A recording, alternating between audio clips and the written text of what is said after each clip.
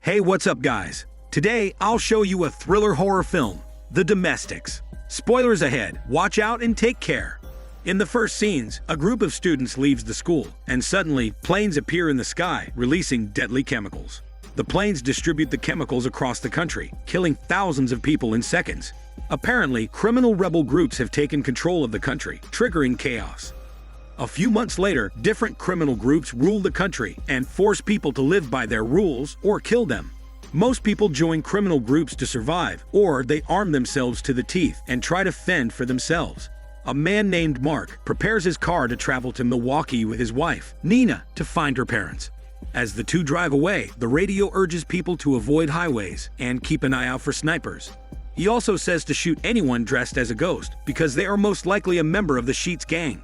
When Mark and Nina stop at a garage, a group of men suddenly bursts in. Soon after, a pickup truck breaks into the building and shoots the men as Mark tries to sneak into his vehicle.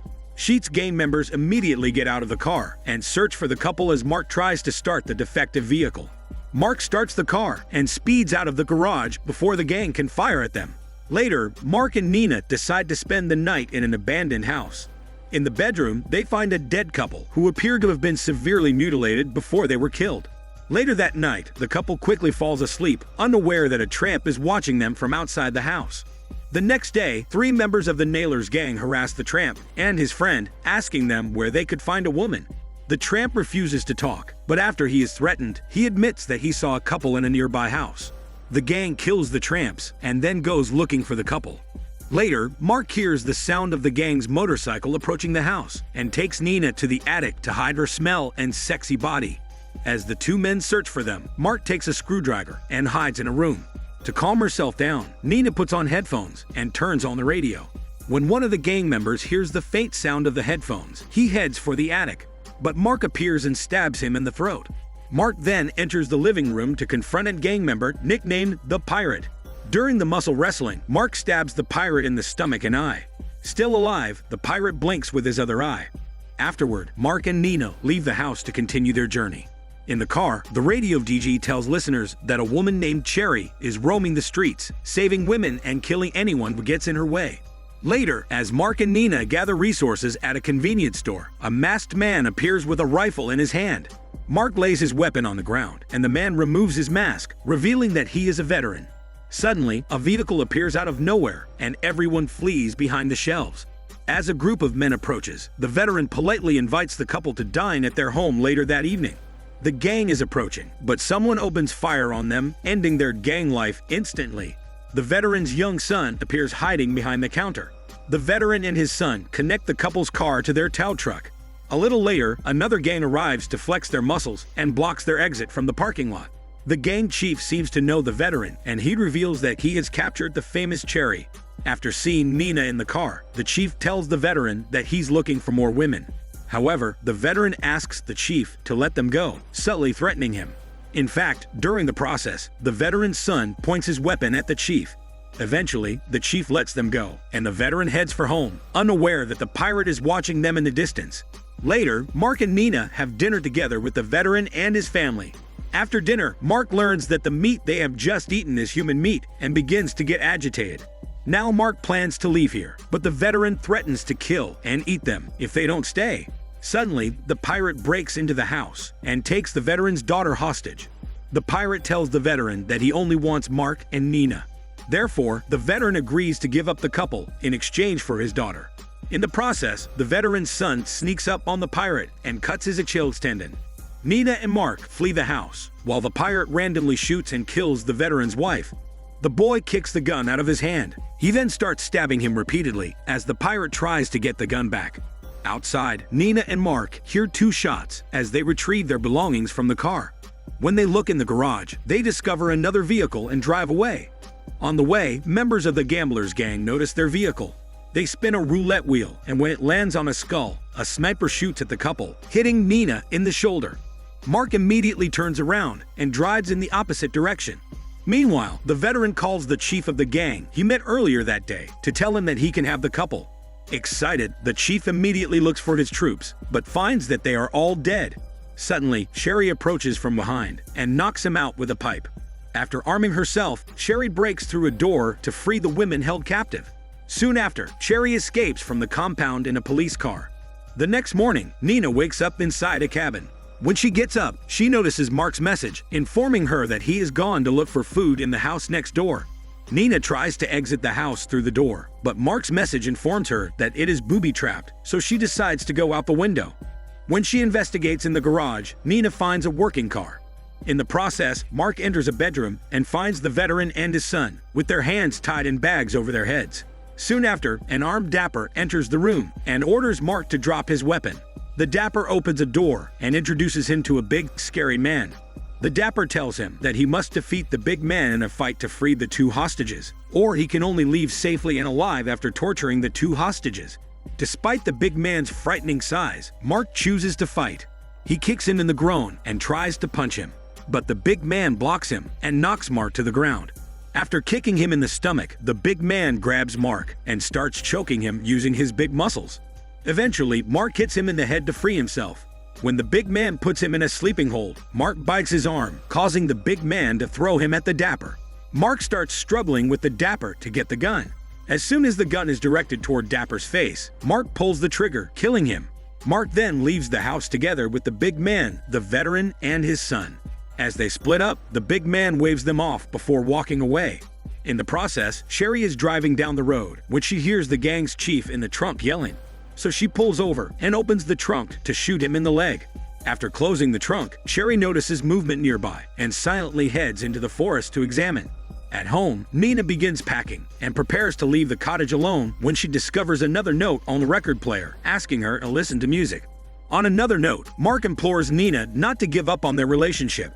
Eventually, Nina puts the record on the record player. Sherry stands outside the booth and watches Nina dance around the room while downing a bottle of alcohol. After Nina collapses on the couch, Sherry returns to the car and shoots the chief. When Mark arrives at the cabin, he discovers Nina passed out on the couch and takes her to bed. When Nina wakes up, she finds that her husband is shooting outside. She approaches him, and Mark instructs her on how to hit the target. In the process, Sherry enters the cottage and discovers Nina's wedding ring. After the target shooting, Nina calls Mark to the garage to show him a car she has found. However, they still don't know that the car belongs to the gambling gang. Before long, the gang enters the garage and kidnaps the couple. They take the couple outside and spin the roulette wheel. After they get a spade instead of a skull, the gang locks them up and transports them to their headquarters, a motel. After discovering that they are married, the gang forces them to sit at a table with 2 guns on top. After tying their right hands to the table, a man uses a drill to attach their left hands to revolver-loaded gloves. Soon after, the boss loads a bullet into each gun and orders the 2 to pull the trigger when he gives the order. If they don't pull the trigger, he will add 2 bullets to each gun. The boss promises to let them go if they make it through the 6 rounds. Mark orders Nina to point the gun down and pull the trigger, but Nina stops the countdown and asks the boss to make the bet more exciting. Nina proposes to load 3 bullets and play only 2 rounds. When the boss agrees, the audience applauds. Fortunately, the first round goes by smoothly and none of them are shot. However, in the second round, Nina's gun fires a shot, hitting Mark in the shoulder. Some people in the crowd start wrestling their muscles, distracting the boss. Nina manages to free her right arm and grab the boss's gun. She shoots him and frees Mark from the chair. When they leave, Nina realizes that the boss is still alive and shoots him in the head, ending his bossy life. Just then, a woman in the crowd, a baddie, gives the couple some time to escape. But as soon as the couple leaves the bar, they rush for the guns. Snipers try to shoot the couple as they exit, but Sherry shoots them down. Nina gets Mark into a vehicle and leaves. Soon after, the gang exits the motel and begins shooting, but they are unable to stop the couple. Baddie quickly orders the gang to prepare the car so they can pursue them. The couple soon arrives in Milwaukee, but Nina discovers that both her parents are dead.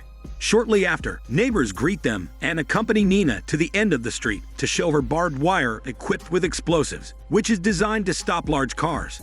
In the process, a gray-haired neighbor approaches to greet Nina. Soon after, Sherry arrives in the neighborhood and enters the house across the street to hold the oncoming gang. Later, Nina notices that the gray-haired man is conversing on his walkie-talkie and then runs inside the house. Nina approaches the man's house to listen to the conversation and discovers that the gamblers' gang will be here in a minute. Nina sees a little girl on a bicycle along the road and decides to take her away from there. When they enter the house, Nina takes some guns and informs Mark that the gray-haired man has betrayed them. Soon after, the gang arrives and they get out of their trucks. Nina fires the first shot, killing one of them. In the process, Cherry kills some of them with a machine gun. The other gang members immediately take cover behind their trucks and try to return fire. A henchman traces Nina's smell and approaches her from behind as she's loading her gun, but luckily Mark kills him through the window. The young girl runs out of the house and Mark tries to chase her, but a gang member grabs him from behind and strangles him. During the scuffle, Mark takes the horn from his mask and drives it into his eye. As the shooting continues outside, Cherry discovers she has been shot in the abdomen. Suddenly, another gang named Plowboys arrives in a Tesla truck. Nina rushes to the barbed wire and restores it before the truck reaches their house. After passing a barricade, the Plowboys start shooting the gamblers' gang. The Plowboys' vehicle then reaches the tripwire and detonates the explosives, overturning the truck. Batty decides to enter Nina's house to search for the couple and kill them to avenge her dead boss. Meanwhile, Cherry enters the house and hands Nina's wedding ring to Mark. Batty enters the house and shoots Cherry in her cherry head. Batty prepares to shoot Mark, but Nina arrives in time and ends her bad life. Now, Nina rushes to the gray-haired man's house to kill him, but discovers that he is already dead. She notices her father's Wildy Magnum on the table and takes it. When Nina returns home, she hands the Magnum to Mark and he puts the wedding ring on her finger. Soon after, the couple sets out to find a new place to survive. As they drive away, the radio broadcasts a warning to the gangs about a psycho couple who had killed the gambling gang in Milwaukee. Nina and Mark look at each other, smiling, realizing now that they have gone from being prey to predators. This is Daniel CC Movie Channel. Stay safe and enjoy your day.